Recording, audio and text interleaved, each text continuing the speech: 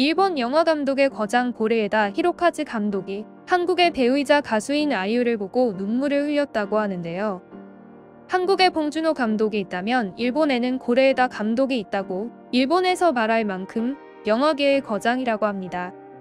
고레에다 감독은 부산국제영화제에서 올해의 아시아 영화인상과 칸 영화제 황금종려상을 받을 만큼 현재 일본에서 가장 유망한 감독이라고 하는데요. 원더풀 라이프와 그렇게 아버지가 된다 라는 명작과 함께 수많은 영화를 만들었다고 합니다. 이런 고레에다 감독이 한국의 대표 여자 가수이자 배우인 아이유를 보고 눈물을 흘린 까닭은 무엇일까요? 이유는 아이유의 전작인 나의 아저씨를 정말로 감명 깊게 봤고 드라마 후반에는 아이유의 연기를 보고 몇 번이나 눈물을 흘릴 만큼 감동을 받아서라고 말했는데요. 그렇기에 이번에 고레에다 감독이 참여한 한국의 영화 브로커에 아이유를 캐스팅한 것이라고 밝혔죠. 그리고 고레에다 감독은 유명한 친한파 일본인으로서 일본과 한국의 역사와 현 문제를 소신있게 발언해 큰 주목을 받은 바 있는데요.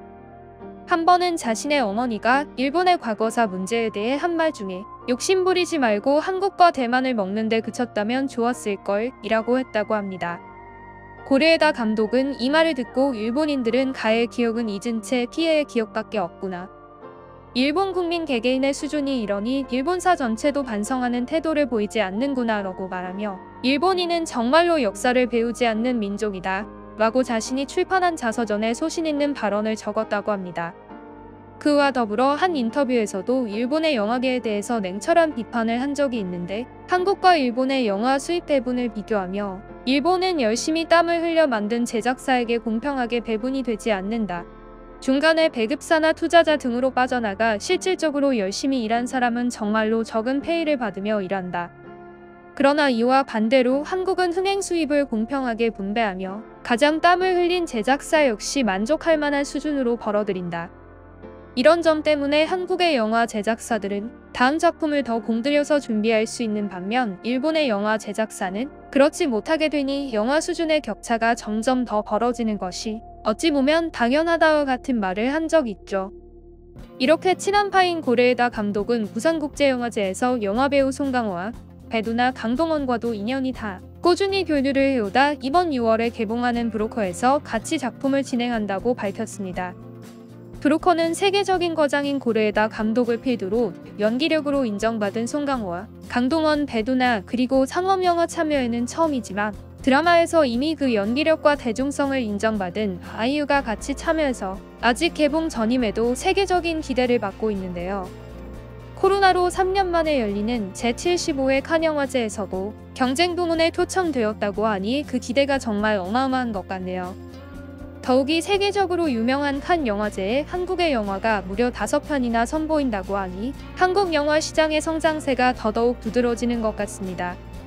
일본에서도 브로커의 티저가 개봉되자 일본 커뮤니티에서의 반응도 매우 뜨겁다고 하는데요. 고레에다가 한국 영화를 만든다고 송강호와 아이유가 나온다니 벌써부터 기대되네. 또 하나의 명작이 나올 수 있을 것인가? 와 같은 댓글이 주로 달렸다고 합니다. 이런 아이유는 일본에서도 인지도가 상당하다고 하죠. 아이유는 2012년 일본에서도 잠깐 활동을 한 적이 있는데 이때는 일본으로부터 큰 반응을 이끌어내지 못했다고 합니다. 그 이후로는 아이유의 노래들은 가사로 사람의 마음을 울리는 노래를 주로 부르는데요. 아무래도 완벽하지는 못했던 일본어 발음들 때문에 일본 사람들의 감정이입에 부정적 요소가 된 것이 아닌가라는 추측을 한다고 합니다.